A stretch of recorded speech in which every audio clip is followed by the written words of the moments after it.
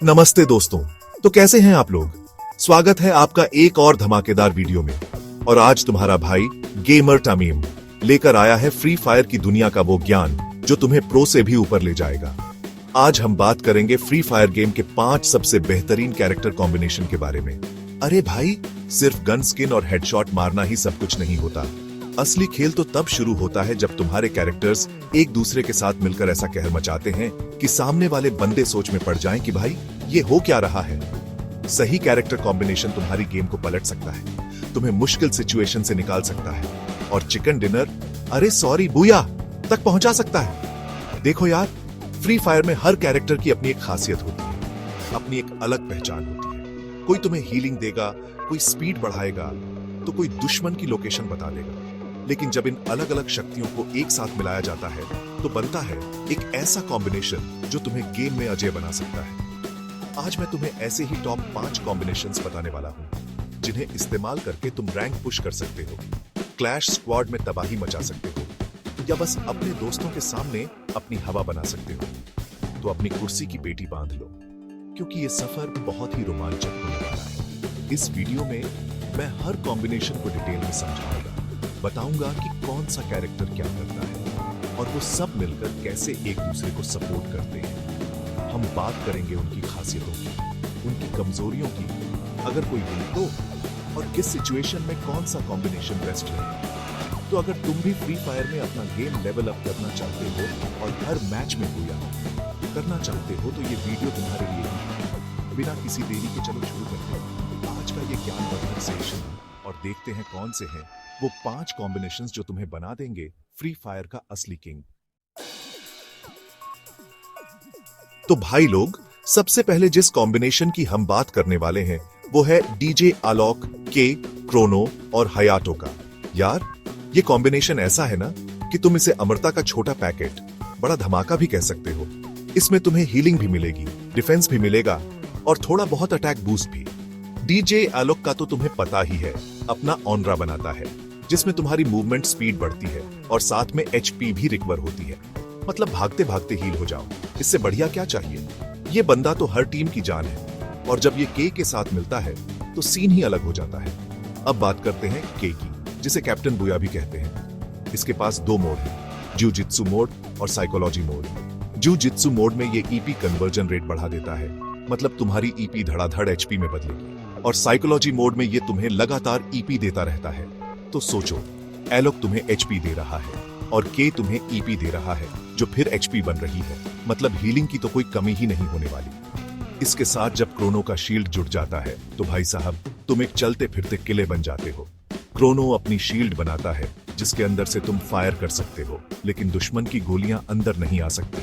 ये रश करने या डिफेंस करने दोनों में कमाल का है। और आखिर में आता है हायाटो फायरब्रैंड। ये बंदा तो गुस्से में और खतरनाक हो जाता है।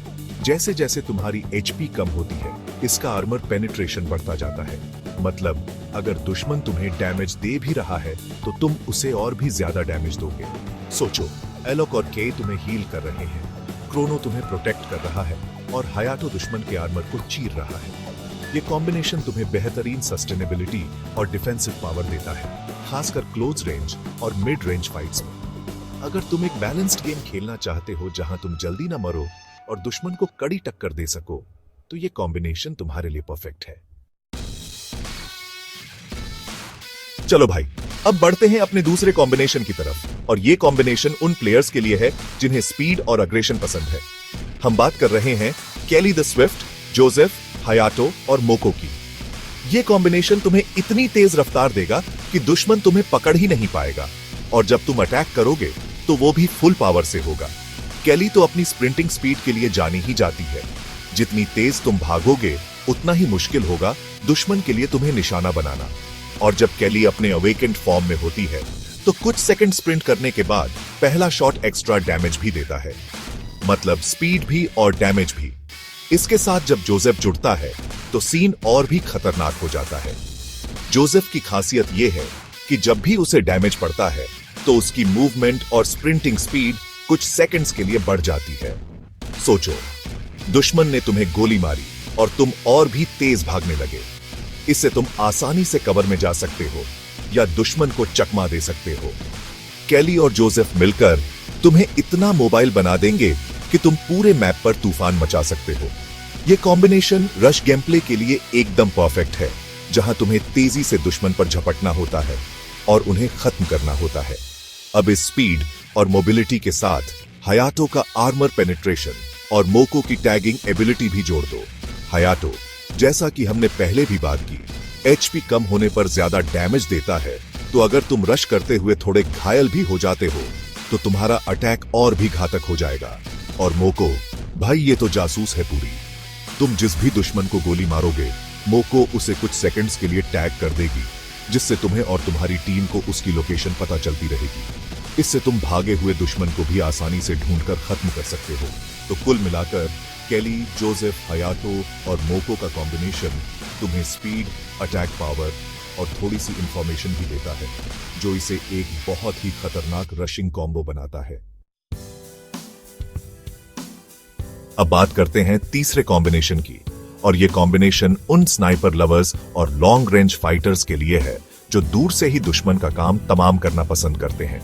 ये है अलोक, मोको, लॉरा और राफेल का कॉम्बिनेशन।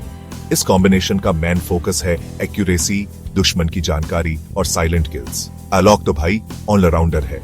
उसकी हीलिंग और मूवमेंट स्पीड तुम्हें किसी भी सिचुएशन में मदद करेगी, चाहे तुम स्नाइप कर रहे हो या पोजीशन बदल रहे हो। वो तुम्हें एक सस्टेनेबिलिटी देगा ताकि तुम लंबे समय तक मैदान में टिक सको।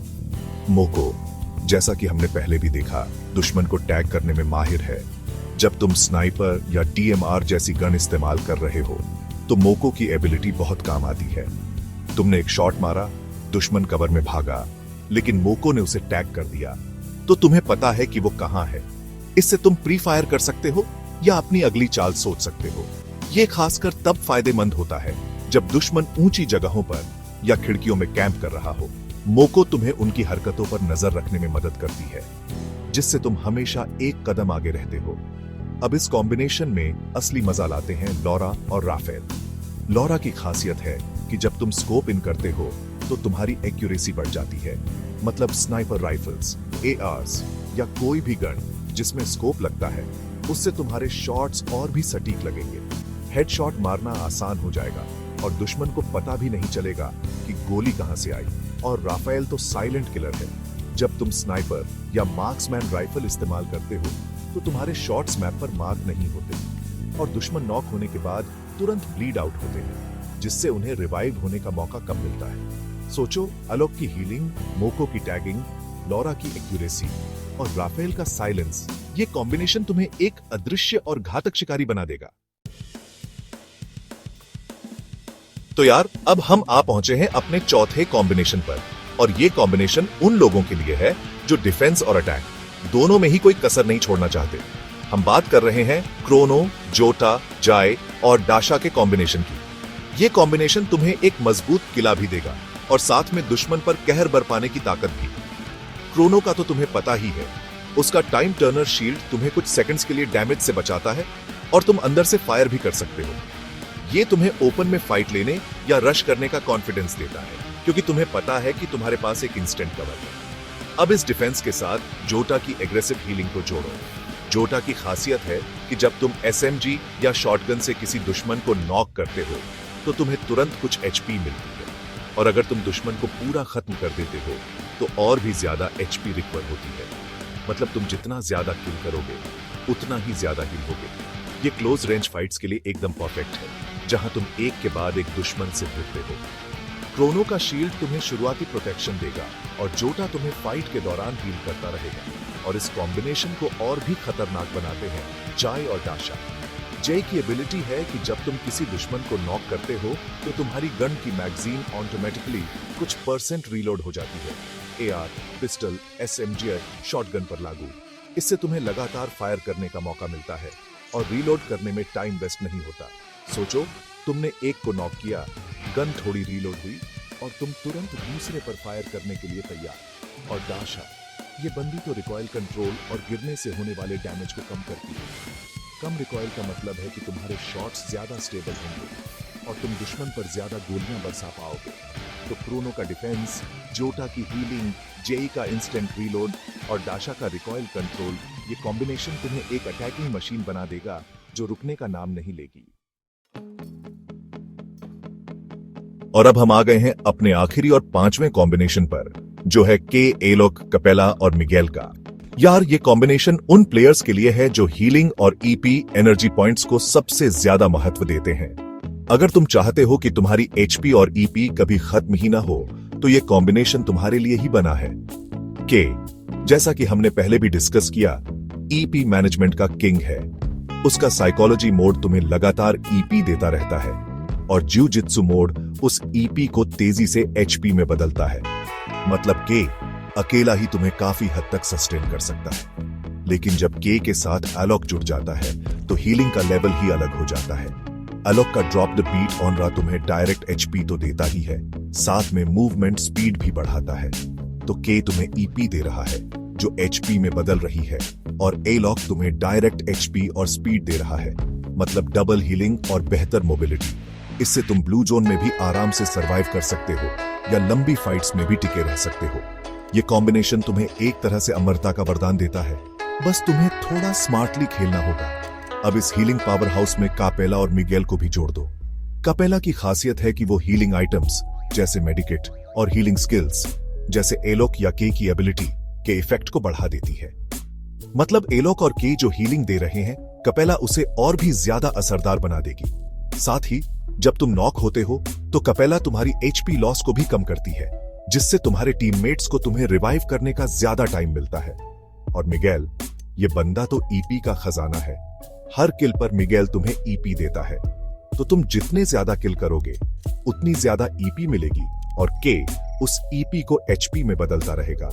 तो के, आलोक, कपेला और मिगेल का ये कॉम्बिनेशन तुम्हें हीलिंग और एनर्जी का एक ऐसा साइकिल देगा जो तुम्हें गेम में लगभग अजेय बना सकता है।